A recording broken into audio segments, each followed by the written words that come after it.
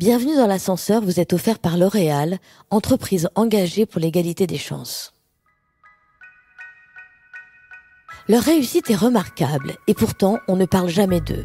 Ces femmes et ces hommes ne sont ni top modèles, ni footballeurs, ni humoristes. Ils sont responsables des ressources humaines, chefs d'entreprise, directeurs commerciaux, entrepreneurs, avocats, médecins. Et pourtant, pour eux, c'était loin d'être gagné au départ. Tous sont issus de milieux modestes et tous ont déjoué les lois de la reproduction sociale. C'est parce qu'ils sont bien plus nombreux qu'on ne le dit, parce que leurs récits sont hyper inspirants, que je leur tends mon micro. Je m'appelle Anne-Cécile Sarfati, je suis journaliste et je travaille depuis des années sur l'égalité professionnelle et l'égalité des chances. Mon podcast, Bienvenue dans l'ascenseur, veut donner une voix à ces personnes au parcours incroyable que j'ai eu la chance de croiser. Bienvenue dans l'ascenseur. Être originaire d'un milieu social moins favorisé, je pense que m'a donné de la force. Pour moi, il n'y a pas de meilleure motivation que l'espoir que vos parents peuvent porter en nous. Mon travail a été pour moi un élément de réussite. En tout cas, ça a été mon ascenseur. Aujourd'hui, je reçois Lucille Lim-Noyel, pharmacienne de formation. Elle est leader santé du groupe OnePoint. Elle nous reçoit au siège du groupe OnePoint à Paris dans le 16e arrondissement. Et les bureaux de OnePoint ont une architecture super moderne qui traduit une façon de travailler tout aussi moderne.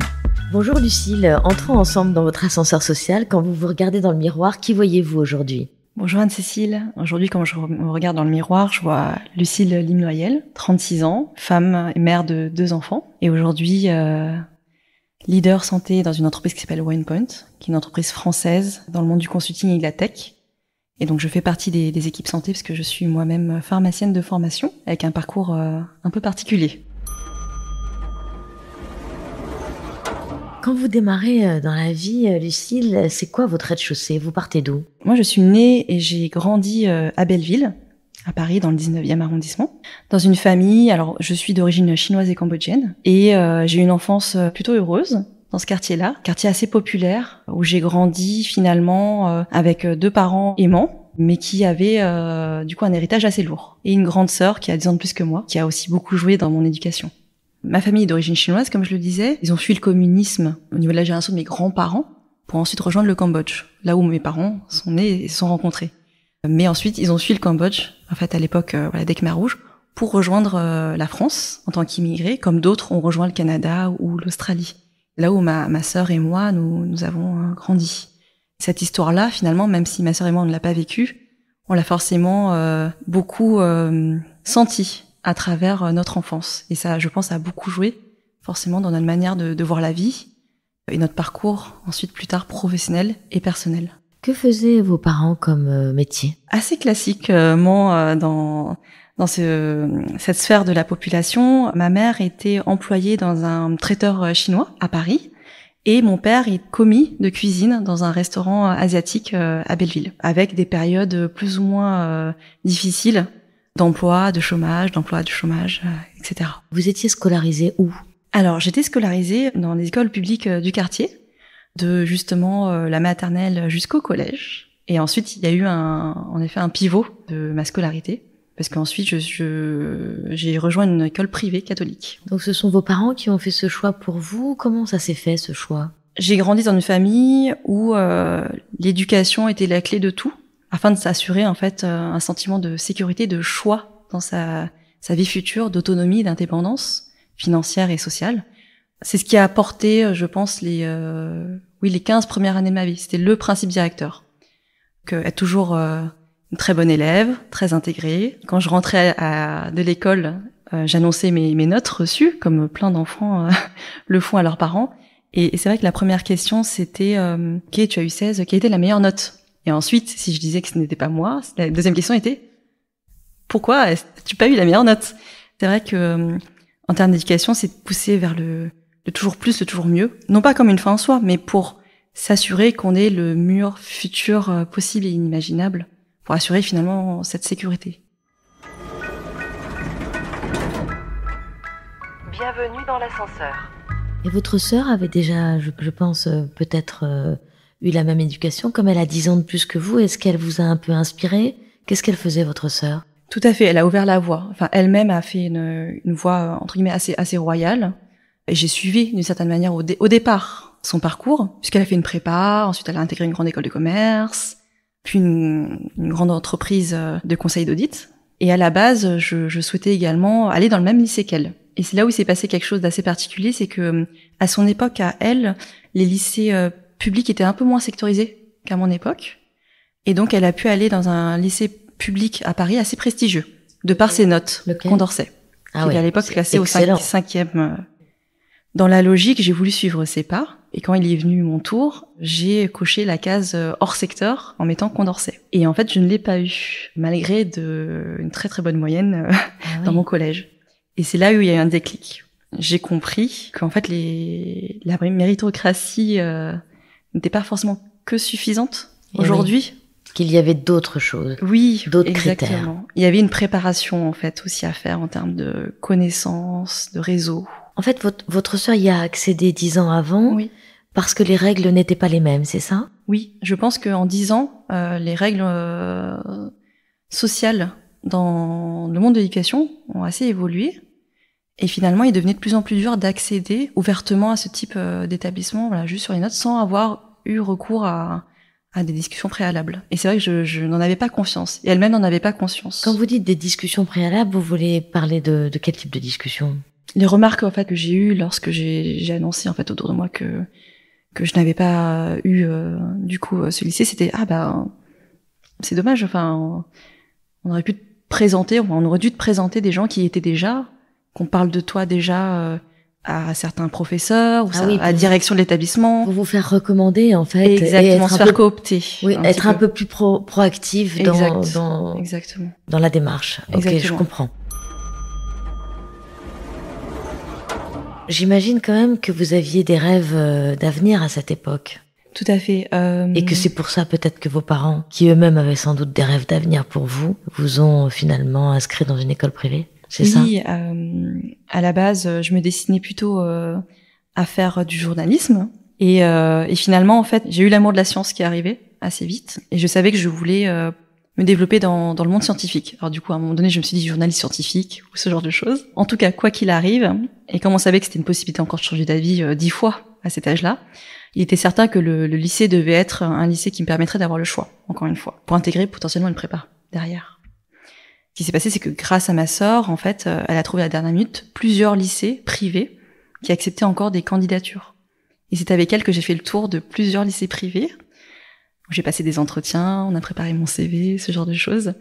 Et j'ai fini par intégrer l'école normale catholique Blomet, dans le 15e arrondissement, et qui a été un vrai pivot dans mon parcours. Vous avez bénéficié de votre sœur qui a 10 ans de plus que vous et qui avait fait déjà quand même une forme d'ascension sociale. Mais je voudrais comprendre comment votre sœur et vous, avec des parents certes ambitieux pour vous, mais vous aviez accès à l'information de la préparation aux grandes écoles. En fait, à cette époque-là, justement, la connaissance et l'information, les protocoles n'étaient pas accessibles comme aujourd'hui sur Internet ou via les réseaux sociaux. Donc, ça a été beaucoup elle-même, son entourage, qui ont été très soutiens derrière ça, parce que mes parents n'avaient pas du tout accès, de par leur propre parcours ou de par leurs amis, à ce type finalement d'information. Donc c'est parce que ma sœur elle-même avait déjà vécu quelques entretiens, quelques mises à jour de CV, qu'elle a pu me guider dans ça. Et une fois que je suis rentrée vraiment dans ce lycée, ça s'est déroulé assez naturellement finalement. J'ai fini par prendre les clés, intégrer les codes et me débrouiller à partir de là toute seule. Alors justement, c'est intéressant parce que vous parlez de clés et de codes, ce qui suppose que peut-être quand vous avez débarqué dans votre école privée catholique, vous avez eu peut-être un décalage de clés et de codes. Est-ce que vous pouvez nous raconter? Tout à fait. Mon collège était une ZEP à Belleville, et là je rentrais dans un lycée catholique qui suit plutôt des familles de la maternelle jusqu'à la prépa. Donc c'est vrai que en termes de diversité sociale et d'origine, J'étais concrètement une des seules personnes de couleur de ce lycée-là. Par contre, en termes de valeurs, de respect familial, je m'y retrouvais très très bien. Mais c'est vrai qu'au niveau de l'ambiance, c'était totalement différent. J'étais dans un collège où on était beaucoup plus rebelles. Et là, au lycée, enfin c'est tout bête ce que je veux dire, mais c'est un exemple très très très concret, c'est qu'on se levait quand le professeur rentrait dans la classe. Et on le saluait, ou la saluait. C'est là où j'ai découvert du coup un autre type d'éducation, pédagogique en tout cas, un autre type de milieu, puisque à Blomé, les personnes sont plutôt issues de, on va dire, de la petite bourgeoisie catholique parisienne ou banlieusarde, et où j'ai découvert le monde finalement, par exemple, des rallyes que je ne connaissais pas du tout. Donc c'est pas la petite bourgeoisie, Lucille, s'il y avait des rallyes, parce que les rallyes c'est plutôt dans la grande bourgeoisie. En tout cas, la manière dont je l'ai senti, j'ai pas senti un aspect grande bourgeoisie dans la manière en tout cas dans le stéréotype que j'en avais de ce que je voyais dans les films ou les séries télé de l'époque. C'est-à-dire que vous aviez le sentiment qu'il s'agissait pas de gens très privilégiés sur le plan financier? Ils ne le faisaient pas sentir, en tout cas, de par leur attitude ou même leurs habits, parce que c'est quelque chose d'assez important à cet âge-là. Vous aviez pas de complexe lié à vos vêtements et tout ça? Non, pas du tout. Pas du tout. Par contre, je sentais un décalage sur les codes. C'est-à-dire que la première fois où j'étais invitée par un camarade de classe chez lui avec d'autres amis, ses parents avaient préparé un déjeuner très gentiment. Et en fait, il y a un moment dans le déjeuner où il y a le plateau de fromage qui arrive. Et là, je ne sais pas en fait quoi faire de ce plateau de fromage parce que dans la culture asiatique, on mange pas forcément de fromage. Et puis du coup, il y a pas ce découpage en fait de fromage. Et en plus, il y a un découpage particulier par fromage.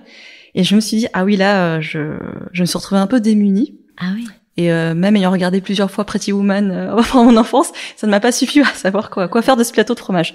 Donc ça, c'est un moment qui m'est resté bien dans la mémoire. Mais ils ont été très gentils parce qu'ils m'ont expliqué des choses à ce moment-là. Et ça s'est très bien passé. Depuis, je sais comment on découpe. Et vous aimez le fromage? Et j'aime beaucoup le fromage en plus. Bienvenue dans l'ascenseur. Quel soutien avez-vous reçu dans votre ascension sociale? Finalement, à travers les différentes expériences académiques et puis professionnelles de mon parcours, bien sûr, certains professeurs ont été clés. J'ai fait du coup des études de pharmacie, puis j'ai fait un master en santé publique à Orsay, puis un master spé à l'ESSEC, donc grande école.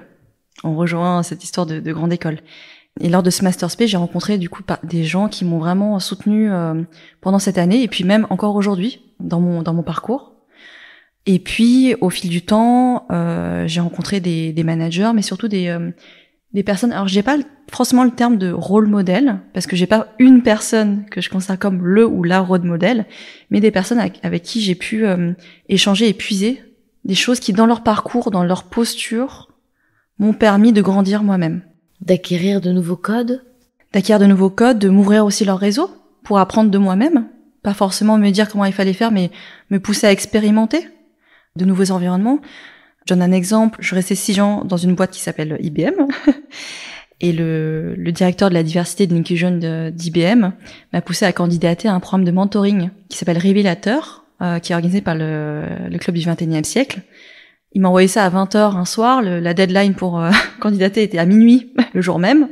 Je l'ai fait à la dernière minute et j'ai été prise. Et c'est là où j'ai découvert du coup d'autres personnes qui avaient du coup des parcours un petit peu similaires et où j'ai eu la chance d'être mentorée pendant 6 mois sur finalement ce sujet parfois du double plafond de verre qui est celui d'être une femme et d'origine étrangère. Et finalement, je me suis rendu compte que mon sujet aujourd'hui, et surtout dans mon secteur, le secteur de la tech et de la santé, n'était pas celui-là. J'ai pas forcément ressenti de blocage par rapport à ce sujet-là dans ma vie professionnelle jusqu'ici. Au contraire même. Ça vous a plutôt aidé d'être une femme dans la tech, vous avez ce sentiment? Je pense que par rapport à ma génération, en effet, en tout cas moi personnellement, je n'ai pas senti de blocage. Au contraire, je sens un boost du fait d'être une femme et éventuellement aussi d'être aussi issue d'une minorité. C'est peut-être aussi parce que vous n'êtes pas nombreuses. Je pense qu'il y a ce besoin, cette envie sincère d'avoir plus de diversité dans ce monde-là. Et puis finalement, les gens qui mettent de l'énergie à faire bouger les choses finissent forcément par se rencontrer et s'entraider. Je le pense vraiment. Bienvenue dans l'ascenseur. Alors revenons un peu en arrière. Quand vous entrez dans la vie professionnelle, est-ce que vous prenez le bon ascenseur? En effet, après l'ESSEC, c'est là où j'ai commencé un petit peu à choisir entre guillemets mon héritage. C'est-à-dire que dans la logique, j'aurais pu rentrer dans un grand cabinet de conseil ou plutôt dans un gros labo pharmaceutique, ça aurait été la logique des choses. Et c'est là où j'ai décidé un peu de faire mes propres choix d'une certaine manière, parce que j'ai choisi d'intégrer un petit studio de développement d'applications mobiles, alors que finalement, c'est une petite boîte, quoi. Et alors, qu'est-ce qui vous a conduit à plutôt choisir la petite boîte par rapport au gros cabinet? C'était plus par rapport à ma personnalité de voir des choses concrètes arriver vite. Pourquoi j'ai pas choisi forcément en tant que pharmacienne industrie d'aller dans un laboratoire pharmaceutique tout de suite? C'est parce que à l'époque, je considérais que les choses n'avançaient pas très vite. Moi, ma raison d'être, c'est de tirer le secteur de la santé au sens large vers le haut. Et pour ça, le fait de servir plutôt des clients en étant côté, finalement, prestation intellectuelle, me convenait plus parce que j'allais voir plus de choses. J'allais pouvoir apporter plus rapidement aussi des conseils et des solutions à mes clients, plutôt que d'être de l'intérieur et voir les choses évoluer, mais très, très, très, très lentement. Et je sentais déjà venir la frustration, en fait, à ce niveau-là. Et aussi parce que c'est vrai que dans ma personnalité, je déteste l'entre-soi. Ça, c'est vraiment quelque chose qui me caractérise. Et qu'en allant plutôt dans des studios, dans des boîtes de conseil, dans des boîtes tech, j'allais rencontrer des profils très différents du mien. Et j'ai toujours été un peu extraterrestre, d'ailleurs, dans les équipes avec lesquelles je travaille. Mais en fait, ça me permet, c'est un peu un effet d'ego, hein, pour le coup, mais d'avoir l'impression que je leur apporte quelque chose de différent et que eux, surtout, ils me nourrissent de choses que je n'aurais pas pu avoir autrement. En fait, ce que vous racontez, c'est une histoire aussi de vouloir accélérer l'impact que vous avez, en fait. Tout à fait. J'ai plus une stratégie de différenciation qu'une stratégie d'excellence.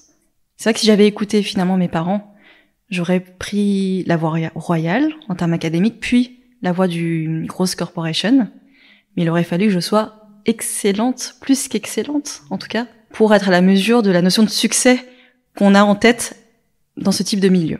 Je veux dire dans le milieu des enfants d'immigrés, voilà, de toujours plus. Là, j'ai choisi plutôt de me dire, je vais aller dans des endroits où je vais avoir un positionnement et une valeur différente et faire en sorte que ça crée quelque chose d'intéressant. Je vous trouve un peu sévère avec vous parce que quand même, vous avez un parcours d'excellence. Je veux dire, vous êtes pharmacienne, vous êtes diplômée de l'ESSEC. On peut pas tellement faire plus quand même. Enfin, si, on peut toujours faire plus, mais je veux dire, c'est un parcours d'excellence déjà. Donc, pourquoi vous me dites, j'ai pas choisi un parcours d'excellence? Si, vous avez choisi un parcours d'excellence quand même. Bah, je vous remercie. C'est vrai que c'est des questions qu'on se pose quand même assez régulièrement tôt dans notre carrière, mais maintenant, ça y est, j'arrive à 36 ans à passer, je pense, petit à petit. Je me soigne là-dessus, mais ça, j'arrive pas très bien à l'exprimer. Non, vous avez réussi quand même, Lucille, à tracer votre propre chemin dans un parcours d'excellence qui était tout tracé selon vos parents, etc. Mais c'était quand même un parcours d'excellence. Qu'est-ce qui a fait que vous avez réussi à tracer votre propre chemin et finalement à vous écarter d'une exigence encore plus grande peut-être qui pesait sur vos épaules de la part de vos parents et puis peut-être de votre part à vous au départ? Ben, je pense que c'est le fait d'avoir été en couple et d'avoir créé une famille. Alors, faisons un petit détour par la vie personnelle. Donc racontez-nous. Ça commence par un couple. Alors c'est quoi le couple? Bah du coup c'est une personne que j'ai rencontrée justement au lycée, donc assez tôt dans ma vie, qui m'a fait prendre beaucoup de recul sur les choses. Du coup quelqu'un qui ne vient pas du tout du même milieu social et qui m'a permis aussi d'apprendre d'autres codes que je ne connaissais pas et vice versa. Et lui donc qui vient de quel milieu social? Milieu familial aisé, catholique, traditionnel. Et les parents faisaient quoi? Des grandes fonctions dans la banque pour monsieur et une profession libérale pour madame. Donc quand même un milieu socioculturel assez favorisé. Et donc vous vous connaissez depuis que vous êtes adolescent et vous vous êtes mariés. On a suivi d'ailleurs ensemble nos études de pharmacie. et puis lui aujourd'hui travaille dans un laboratoire pharmaceutique d'ailleurs. Donc on est tous les deux pharmaciens mais on a suivi deux voies différentes là-dessus. On a fondé une famille et c'est vrai qu'en devenant mère, c'est là où on peut s'autoriser. Enfin, c'est mieux de s'autoriser avant, mais ça permet de se poser des questions aussi sur soi-même, puisque on en est au passage où on se pose la question de ce qu'on va transmettre. Et de la même manière, d'ailleurs, ce qui est drôle, c'est que au même moment où je suis tombée enceinte de mon premier enfant, c'est le même moment où en fait j'ai été nommée manager. Alors là, vous étiez dans quelle entreprise? J'étais chez IBM. À cette époque-là, j'étais une des plus jeunes managers d'ailleurs d'IBM. Donc j'ai eu une espèce de poussée de croissance et de maturité d'un coup, la même année, avec ces deux événements. Alors c'est très intéressant parce que souvent quand même les entreprises, alors pas IBM parce qu'IBM est assez moderne, mais les entreprises sont pas encore hyper grossesse friendly, on va dire. Donc là c'est génial, vous avez été nommé manager alors que vous étiez enceinte. Alors, il me semble que je suis tombée enceinte juste après ma nomination. Est-ce que ça a posé un problème? Pas du tout, et en fait je m'étonne moi-même que je n'y ai pas vu de problème, ce qui prouve, j'imagine, que j'étais dans un environnement que j'ai considéré comme sécurisé pour pouvoir me développer aussi d'un point de vue personnel. Mais par contre, ce que j'ai fait après être venu mon premier congé mat, j'ai fondé le réseau Diversity Inclusion de la partie consulting d'IBM. D'accord. Donc je me suis dit qu'il y avait quand même quelque chose à faire pour tous ces sujets-là, de fluidité entre son soi personnel et son soi professionnel finalement. Donc le fait d'être maman et de mener de front à la fois un changement de poste, de grandir professionnellement et de grandir aussi personnellement parce qu'une grossesse ça fait grandir, c'est ça qui vous a permis d'avoir votre singularité dans votre parcours professionnel. Ça a joué un gros rôle, oui, quand même. Je pense que que ma famille et mes proches ne le sentent pas forcément parce que la perception qu'on peut avoir de moi, c'est du coup la working girl, toujours à fond les ballons d'un point de vue pro. Mais en effet, je pense que si j'avais pas eu cette famille, ce garde-fou, à mon avis, le parcours, mon équilibre en termes de santé physique et mentale n'aurait pas du tout été le même. Très bien. Alors, est-ce que vous avez rencontré des pannes d'ascenseur? Le sentiment d'être coincé entre deux étages à un moment donné dans votre parcours? Alors, pas vis-à-vis des entreprises dans lesquelles j'ai pu évoluer. Plus des pensées limitantes, en fait. C'était plus des pannes dans mon esprit, justement, à ces moments clés personnels et familial, je dirais. Et comment vous avez fait pour dépasser ces pannes, pour rendre les choses plus fluides? J'ai essayé, en fait, et j'essaie toujours, de prendre du recul sur les choses, de travailler sur beaucoup d'indulgence aussi envers moi-même, et puis d'autres personnes, d'autres femmes ou hommes, qui en sont passés par là, et qui permettent de se dire, bon, il n'y a pas de raison que je m'en sente moins bien, finalement. Et le rapport au temps. Je dirais qu'à un moment donné, j'ai compris que on ne pouvait pas forcément tout avoir en même temps et que ce n'était pas grave de séquencer les choses. Alors, du coup, c'est intéressant parce que c'est un sujet qui me tient particulièrement à cœur, donc on va en parler un peu. C'est quoi vos clés, vous, d'articulation vie personnelle et vie professionnelle? Comment vous arrivez à gérer justement cette question du temps? Qu'est-ce que vous vous êtes dit? Qu'est-ce que vous ne voulez pas essayer de poursuivre maintenant en reportant à plus tard? Voilà. Comment vous faites? C'est vraiment une question très complexe parce que dans ma personnalité, je suis une hyper planificatrice. Ça se travaille en fond d'esprit constamment. Je ne peux pas m'en empêcher. Et j'ai aussi un esprit où en fait, je fais des corrélations sans cesse finalement entre les choses, des choses qui n'ont pas forcément à voir les unes aux autres. Ce que je veux dire par là, c'est que du coup, c'est un process mental qui est en même temps naturel, mais en même temps très, parfois, même douloureux, parce que ça peut générer de la frustration quand on a un plan et que ça ne se déroule pas comme on le souhaite. Et du coup, une des clés pour gérer cette équipe vie pro, vie perso, c'est de me dire que ce ne sont pas deux plans qui doivent être séparés, comme deux couleurs de nage, mais en fait, je suis obligée de les corréler. Et que ce n'est pas une faiblesse de les corréler. Il faut que ça en devienne justement une force et une puissance. Voilà. C'est juste que il y a des nouveaux timings, il y a des nouveaux rythmes à avoir et une nouvelle façon de faire. Et que, en fait, finalement, comme dans l'entreprise, c'est plus complexe, mais c'est plus beau de le faire à plusieurs que d'y aller seul. Sur la question du temps, est-ce que vous voulez donner peut-être un conseil sur le fait que, au fond, la gestion de votre temps, elle est mélangée finalement entre le pro et le perso, c'est ce que je comprends, Et du coup, ça veut dire que ça vous oblige à faire des arbitrages permanents entre ce qui est important là tout de suite, voilà, et que ce soit pro ou perso. C'est ça que vous voulez me dire? Oui, tout à fait. Et ça, c'est très intéressant parce que là, on va parler de l'entreprise dans laquelle vous êtes. Vous êtes donc chez OnePoint. Et chez OnePoint, est-ce que l'organisation vous permet ça? Tout à fait. En fait, ce que je dis souvent aux personnes que je reçois en recrutement ou des nouveaux arrivants, c'est qu'en fait OnePoint est une entreprise quand même assez particulière dans le sens où je trouve, au-delà de la diversité de profils et tout ce qu'on connaît de OnePoint, permet de gérer ses multivies. On vient avec notre propre culture, héritage, profil, expertise aussi, mais on vient avec aussi finalement ses passions, ses envies d'évoluer et ses envies de faire évoluer d'autres personnes qui ne rentrent pas dans des cases. Et j'ai la chance aujourd'hui en effet d'être en entreprise qui permet d'exprimer ça, où on n'est pas en fait mis dans des silos, mais où toutes les paroles peuvent s'exprimer du moment que c'est dans le respect, dans les valeurs de notre entreprise. Donc j'ai une question très concrète. Si là, votre urgence tout à l'heure, c'est de conduire très vite votre enfant chez le pédiatre, est-ce que c'est quelque chose que vous pouvez faire? Tout à fait, et sans culpabilité aucune. C'est-à-dire que finalement, on est dans une entreprise qui ne va pas micromanager le comment. On est attendu sur des résultats, on est quand même une entreprise qui est là pour générer du profit, mais on va évaluer les résultats et puis non pas le comment dans le sens la méthodologie jour après jour qu'on va appliquer pour gérer notre propre quotidien, je veux dire, mais plutôt la posture et le respect avec lequel on va se traiter soi-même et on va traiter aussi nos collègues et nos clients. Donc en fait, c'est aussi un management par la confiance? Tout à fait. Et ça, je dirais que c'est pas forcément donné à tout le monde en termes de manager, mais aussi de personnes qui sont managées. Il faut être, je pense, dans un certain niveau de maturité, de connaissance de soi-même pour évoluer dans ce type d'entreprise assez horizontale finalement.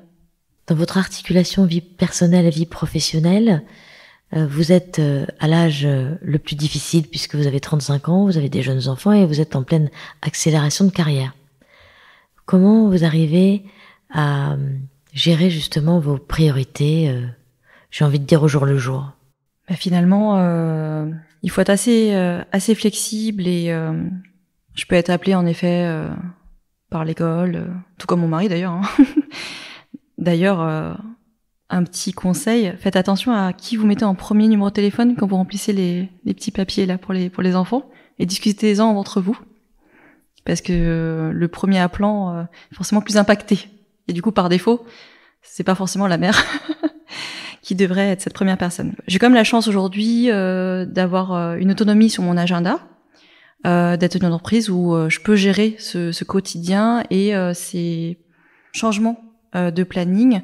Donc, s'il faut que j'aille en urgence récupérer mon enfant, je le fais. S'il y a un rendez-vous, en effet, chez le pédiatre à faire, je suis en capacité de le faire. Chez IBM, j'avais un manager homme avec qui je travaille d'ailleurs toujours chez OnePoint, qui régulièrement en fait nous disait là il faut que je parte, il est 17h pour récupérer mon fils.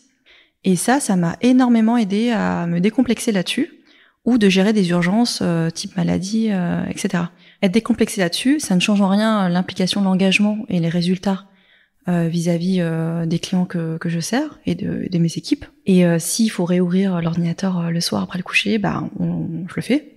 C'est une autre manière de travailler. En effet, aujourd'hui, mais il faut arrêter le fantasme que on peut tout mener de front et que tout est bien structuré dans une journée, dans un semestre ou dans une année, comme du papier à musique. Ce n'est pas du tout la vraie vie et il faut pas hésiter aussi à se faire aider. Alors, par qui?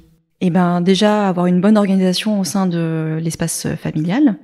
Pour ceux qui ont la chance d'avoir potentiellement les grands-parents autour d'eux ou les tantes et oncles.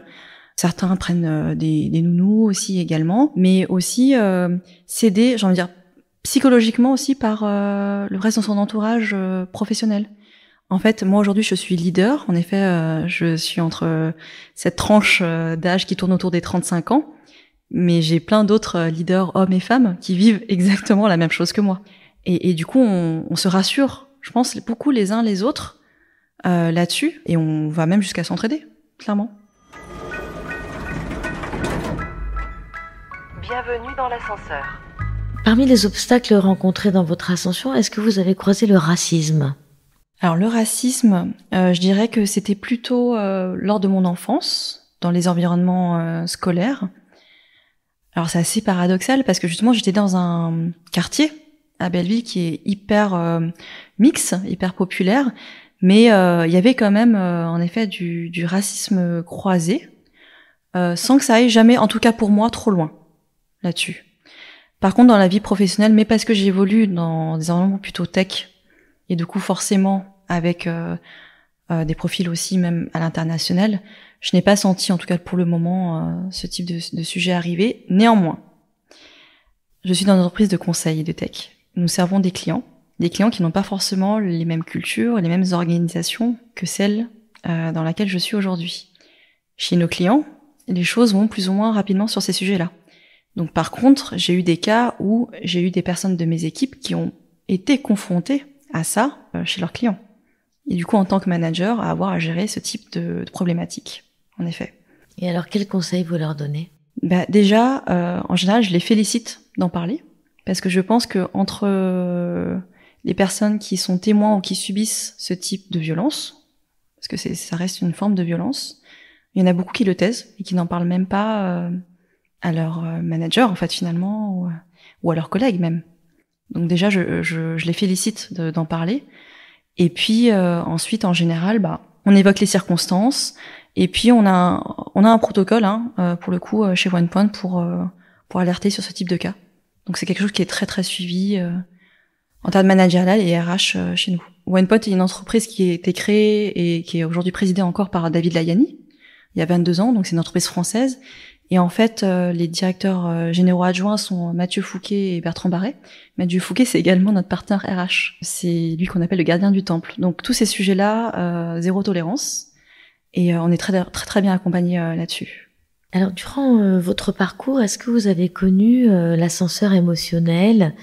Je précise ma question. Souvent, quand on prend l'ascenseur social, on passe d'un milieu social d'origine à un autre milieu social, avec des différences de code, on l'a évoqué, et ça génère parfois des problématiques d'ascenseur émotionnel, des réglages personnels à faire un peu au quotidien, des clivages parfois entre sa famille, ses amis, et puis sa nouvelle vie. Comment vous gérez ça ?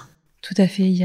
Jacques, il y a deux réponses à cette question. Il y a une réponse qui est liée plutôt à l'aspect culturel, l'entourage, et le deuxième qui est plutôt en rapport avec l'argent, le financier. Le premier sur le culturel, l'entourage, c'est que j'aime bien l'adage qui dit qu'on est la moyenne des 5 personnes qui nous entourent le plus. Et je veille très consciemment à me redemander à moi-même quelles sont ces 5 personnes-là. Et j'essaie de faire en sorte qu'elles soient les plus diversifiées possible, pour ne finalement pas trop être aliéné par un milieu social qui serait unique. Voilà. Alors dans vos 5 personnes, il y a qui ? Il y a forcément mon mari, mais il y a également 2 collègues que je vois très très régulièrement dans mon entreprise. Mais il y a aussi une amie d'enfance qui vient du même milieu social d'origine que moi. Et enfin, il y a une personne que je considère comme un mentor qui est en dehors de tous ces cercles-là. Et vos parents ? Et mes parents, non, c'est vrai qu'ils font pas partie des 5 personnes. Bien sûr, on se voit toujours, mais pas à une fréquence aussi forte que les 5 personnes que je vous ai citées, c'est vrai. Et alors du coup, comment ça se passe avec vos parents aujourd'hui ? Alors aujourd'hui, je dirais que si je devais les décrire, c'est que ils ont plus un rôle de grands-parents aujourd'hui pour moi, dans cette phase-là de ma vie où j'ai des enfants dans la petite enfance. Donc ils sont un soutien pour vous ? Ils sont un soutien, oui, au niveau de mes enfants. On réfléchit à ces sujets de transmission. Par exemple, je ne suis jamais allée au Cambodge, là où mes parents sont nés. Donc c'est ce type de discussion-là, on a envie d'emmener mes enfants dans ce pays, par exemple. C'est des sujets qu'on commence à aborder, que je n'aurais pas pu aborder lorsque moi, je pense, j'étais enfant, puisqu'il y a aussi un traumatisme qui reste de cette époque-là pour eux. Donc maintenant, c'est un autre temps sur lequel je suis moi-même, en fait, à 36 ans, considérée maintenant comme une adulte, parce que dans ces cultures-là, ça prend du temps d'être vraiment considérée comme une adulte. Alors, puisqu'on parle de la transmission et de l'éducation des enfants, quand on a des jeunes enfants, qu'on vient soi-même d'un milieu social défavorisé, et que on élève ses enfants dans un milieu social favorisé, ce qui est votre cas, parfois on a des états d'âme sur les principes éducatifs. Comment vous résolvez ces états d'âme ? En effet, il y a beaucoup de questionnements et beaucoup de communication avec le coparent, surtout quand deux parcours très différents pour le coup. Il y a un exemple tout bête, c'est si on revient à l'école, c'est école publique, école privée. Moi, j'ai fait le choix là cette année de les mettre en école privée, beaucoup plus tôt que moi-même à l'époque. Donc ça a été un grand débat familial et un grand débat surtout interne.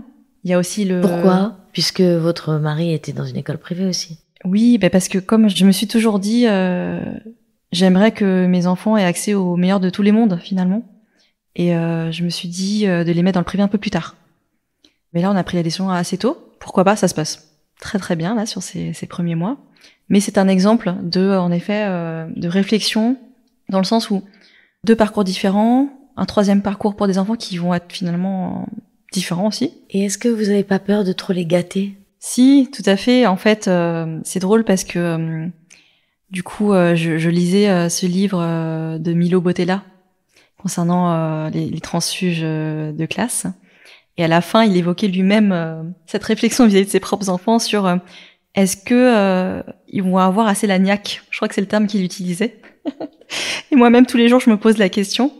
Là, ils vivent clairement dans le confort. Il y a aussi un aspect générationnel aussi, au-delà de la classe sociale, qui fait que forcément, les enfants d'aujourd'hui ne sont pas les enfants d'hier. Mais bon, malgré tout... Ouais, enfin, sur le rapport à la niaque, je suis pas sûre qu'il y ait... que ce soit tellement différent, enfin... C'est vrai que j'ai des enfants aujourd'hui qui vont pas forcément connaître le besoin. Moi, j'ai jamais connu la faim, par exemple, dans mon enfance. Par contre, j'ai connu le fait de... Et là, on arrive justement au deuxième point, sur le rapport à l'argent. Mes enfants ne connaîtront pas, pour l'instant en tout cas, le fait de devoir vraiment compter les centimes quand on va ensemble faire des courses. Ce genre de choses. C'était votre cas enfant ? C'était mon cas. J'exagère un tout petit peu, mais en tout cas, c'était la perception que j'en avais quand j'étais enfant. Je ne saurais plus dire maintenant si c'était vraiment ça. Mais il y avait beaucoup de ça. Il y avait cet aspect très écureuil aussi. Et ce qui est assez drôle, c'est finalement, comme moi, je me suis sentie toujours assez devant faire attention à l'argent quand j'étais jeune. Par contre, mon mari pas du tout. En fait, aujourd'hui, c'est lui plutôt qui est assez écureuil et moi qui suis plutôt un peu plus dépensière. Donc c'est finalement assez drôle, assez paradoxal. En tout cas, pour revenir sur ça, ce rapport à l'argent, et vous parliez d'ascenseur émotionnel tout à l'heure, c'est vrai que à 36 ans, moi je le vis plutôt sur cet aspect-là. Non pas par rapport à mes origines, le fait que je sois une femme et ça, mais plutôt sur quand est-ce que ce sera assez au niveau de l'argent. Parce que moi, aujourd'hui, ma définition du luxe, c'est pas forcément les grandes marques ou les grandes destinations paradisiaques, c'est ne pas avoir compté mes sous quand je fais des courses alimentaires. C'est juste ça. Et maintenant, avec l'inflation et le fait d'habiter à Paris, etc., c'est vrai que ça devient difficile de plus en plus pour tout le monde, quelle que soit la catégorie. Alors après, je me compare pas du tout, bien sûr, à ceux qui comptent vraiment leurs sous à chaque fin de mois, mais je me suis surprise à redevoir un peu plus compter. Et ça, en termes émotionnels, ça a été un petit choc. De se dire, on peut revenir à ça, en fait, finalement, assez vite. Voilà. C'est un exemple. C'est un peu névrotique, parce que vous êtes évidemment plus là-dedans. A priori, oui, bien sûr. Bien sûr. C'est-à-dire que là... Ce sont des peurs qui reviennent, mais qui sont des peurs liées à votre enfance, en fait, et à votre histoire. Mais, je veux dire, vous avez un très gros poste. J'ai des vacances. Vous avez des vacances. Vous êtes ce n'était pas le cas de mes parents. Je ne suis jamais partie en vacances avec mes parents, par exemple. Vous voyez ? Tout ça est fait, tout ça est coché, d'une certaine manière. Mais c'est des choses qui peuvent revenir. Oui, vous avez peur du déclassement à nouveau, quoi. Je pense que c'est pas vraiment en termes de statut social, parce que c'est pas quelque chose qui me tient vraiment à cœur, c'est plus en termes de sentiment de sécurité. Oui. C'est vraiment ce terme-là, en fait, je pense. Bienvenue dans l'ascenseur. Vous vivez où aujourd'hui ? Alors, je vis en banlieue parisienne, dans le 92, donc... Les Hauts-de-Seine. Les Hauts-de-Seine, côté sud. Donc oui, ça se passe clairement plutôt bien. Est-ce que vous avez acheté votre appartement ? On a acheté une maison qu'on est en train de rénover. Donc ça contribue quand même à faire grandir votre sécurité. Ce sentiment de sécurité, il grandit. D'un point de vue privé, oui, clairement... le sentiment de sécurité est là, d'un point de vue professionnel aussi. Et en effet, vous parlez de névrose. Il y a un peu un effet névrotique parce que quand on se rend compte que finalement, on a des honoraires qu'on fait payer à nos clients, par exemple moi-même d'ailleurs, j'ai des honoraires qui équivalent en une journée à ce que mes 2 parents gagnent en un mois, parce qu'ils touchaient le SMIC, voire un petit peu moins. C'est quand même des choses qui sont assez particulières à vivre, en tout cas pour ceux qui en ont la lucidité. Je n'ai pas de complexe vis-à-vis de ça, mais par contre, c'est vrai que ça me pousse quand même à pousser un maximum dans la valeur que j'apporte à mes clients et que mes équipes apportent à mes clients, quand même. Et donc, est-ce que vous avez un sentiment d'éloignement de votre milieu d'origine ? Je pense qu'il y a eu cette phase, en effet, d'éloignement, plutôt au moment des grandes études. Et en fait, avec maintenant la famille, je pense qu'il y a un rapprochement. Et je pense que ça, c'est assez classique pour le coup, quel que soit le milieu social. Il y a besoin de couper un peu le cordon, choisir un peu ses héritages et ses loyautés. Et puis ensuite de revenir, se dire qu'est-ce que je veux conserver, parce que ça, c'était vraiment important. Et je veux que ce soit aussi important par rapport à ce que je veux transmettre. Donc vous, comment vous faites aujourd'hui pour réconcilier vos 2 mondes ? Aujourd'hui, je considère que ils sont réconciliés. Et je m'attache surtout à pouvoir, non pas que finalement les utiliser d'une certaine manière en termes de connaissances, d'expériences à transmettre, mais de plus en plus à les incarner. C'est-à-dire que le fait qu'aujourd'hui qu'on se parle, finalement, c'est un acte qui me permet d'incarner aussi un peu plus un type de parcours parmi des milliers et de me dire que c'est quelque chose maintenant aussi d'assumer. Vous voulez dire que vous avez caché un peu votre milieu d'origine à une époque ? Non, je ne l'ai jamais caché, mais je n'en parlais pas plus que ça, puisque on va dire que le jeu, c'était plutôt de rentrer dans d'autres codes, cocher des cases. Maintenant, je sens un peu plus de liberté de me dire, voilà où j'en suis, et voilà ce que je peux potentiellement aussi apporter à d'autres avec ce parcours-là. Alors ça tombe bien, parce que j'ai une question maintenant un peu plus collective. Selon vous, qu'est-ce qu'il faudrait changer sur le plan collectif, sur le plan macro, pour accélérer l'ascenseur social en France ? Une chose à laquelle je pense beaucoup, et ça peut pas être un peu particulier, mais c'est la notion de service civil et service militaire. C'est-à-dire qu'aujourd'hui, là, moi, j'ai un dossier qui est posé au niveau de la réserve du service de santé des armées. On parlait de multivie, c'est vrai que ça, c'est quelque chose que j'aimerais très bientôt faire, être réserviste. Pourquoi ? Parce que j'ai ce sentiment de vouloir aussi redonner à la nation ce qu'elle a fait pour mes parents en les accueillant en France, parce que j'ai toujours été boursière et parce que j'ai besoin de ce sens collectif. D'ailleurs, c'est pas anodin que je travaille dans le monde de la santé, c'est parce que la santé, comme l'alimentation, comme l'éducation d'ailleurs, ce sont des dénominateurs communs finalement, très forts, quel que soit le milieu social dans une vie.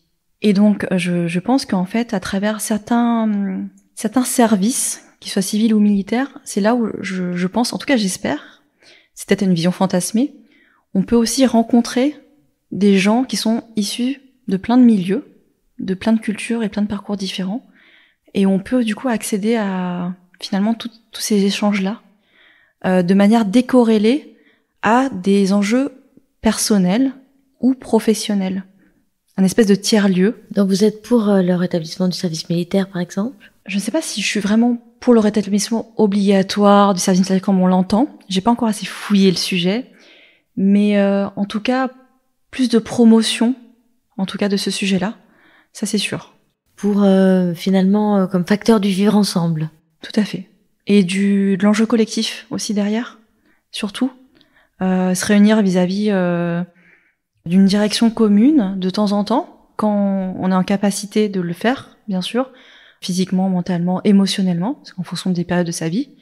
Je pense que ce serait en effet intéressant de rappeler qu'il y a ça aussi qui peut être proposé. Donc vous voulez parler de réinventer un peu des rituels de vivre ensemble, collectif, autour du pays ? Oui, tout à fait. Alors ça peut être à l'échelle du pays, ou ça peut être à l'échelle plutôt même de sa ville, hein, finalement. Il n'y a pas forcément besoin d'aller jusqu'à rentrer en réserve.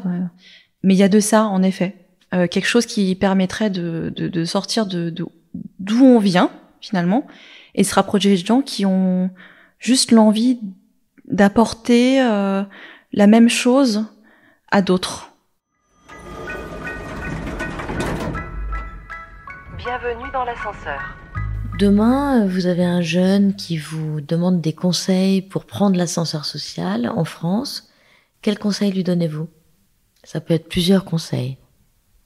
C'est vrai que c'est pas évident comme question parce que un seul conseil généraliste ne marcherait pas forcément pour n'importe qui, je pense aujourd'hui, parce qu'on est dans un monde de plus en plus complexe. Et c'est peut-être un détournement professionnel de ma part parce que j'essaie toujours de donner des conseils qui sont les plus spécifiques et qualifiés d'une certaine manière par rapport aux gens que je rencontre. C'est comme ça qu'on travaille avec nos clients, par exemple.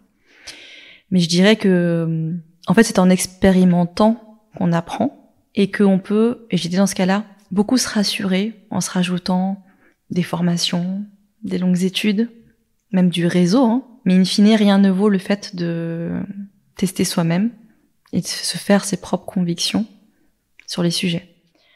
Mais que pour ça, il faut se sentir dans un environnement, encore une fois, sécurisé et où on peut se permettre de s'exprimer. Et donc avoir en effet des soutiens, comme ma sœur l'a été, pour moi, ou comme d'autres personnes l'ont été pendant mon parcours, est quand même assez clé parce que ça ne vient pas de soi, finalement, de pouvoir se permettre de tenter des choses.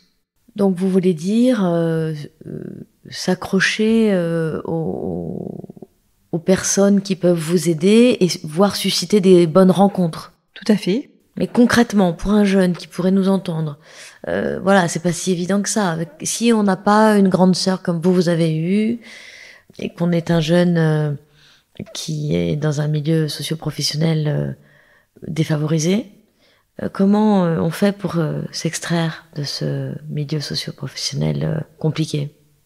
Je pense que déjà, le premier niveau, c'est déjà d'avoir conscience parce que c'est pas forcément évident quand on est dans un milieu, qu'en fait, il existe d'autres choses en dehors de ce milieu-là. Après, là, aujourd'hui, avec du coup le numérique qui est partout, les réseaux sociaux, le fait que les gens peuvent communiquer de plus en plus rapidement les uns avec les autres partout dans le monde, je pense que les gens ont de plus en plus accès, bien sûr, à l'information, au-delà de leur propre cercle social et familial. Donc ça, c'est un premier point. Et après, je pense que certains s'en extraient à travers justement des activités qui n'ont rien à voir avec leur scolarité, par exemple. Donc je pense au sport, je pense à la culture, ce genre de choses. Et en effet, je pense que quand il y a quelqu'un que vous rencontrez, et ça peut être à travers ces activités-là, ou finalement des rencontres totalement fortuites et au hasard de la vie, je pousserais beaucoup ces personnes-là à aller dans même des expositions, des rencontres. C'est comme ça que j'ai trouvé mon premier job d'ailleurs. C'est en allant dans un salon et oser discuter avec quelqu'un lors du cocktail pour se présenter mutuellement. Et en fait, une semaine après, il m'a recontacté pour me proposer mon premier job. Et oui, donc vous avez quand même suscité certaines rencontres. Oui, en fait, il faut quand même provoquer son destin, provoquer ses opportunités. Comment on provoque son destin et ses opportunités? Déjà en ayant moins peur. En ayant moins peur du rejet. En ayant moins peur de se dire je coche pas toutes les cases, donc je vais pas encore y aller. En ayant moins peur, en se sentant légitime. Tout à fait. Et aussi peut-être en étant très proactif. Parce que quand vous dites j'ai trouvé mon premier job en allant dans un événement, fallait déjà que vous alliez dans cet événement. Tout à fait. Il fallait même que j'en ai les moyens logistiques. Bon, financier, c'était un événement gratuit, mais là, on est dans un milieu quand même tous assez parisiens, là, centrés. Je pense aux personnes qui sont dans des milieux plus ruraux. C'est pas forcément évident pour eux d'accéder à ça. Après, à travers pour le coup, les réseaux sociaux, je trouve qu'il y a des choses vraiment des très belles histoires qui peuvent se créer et qui peuvent diminuer la distance, en tout cas géographique, qu'il y a entre les personnes et du coup les opportunités. C'est quoi le prochain étage pour vous? Le prochain étage pour moi, c'est justement pas trop penser aux autres étages, mais réussir à apprécier la petite musique d'ambiance de l'étage déjà actuel.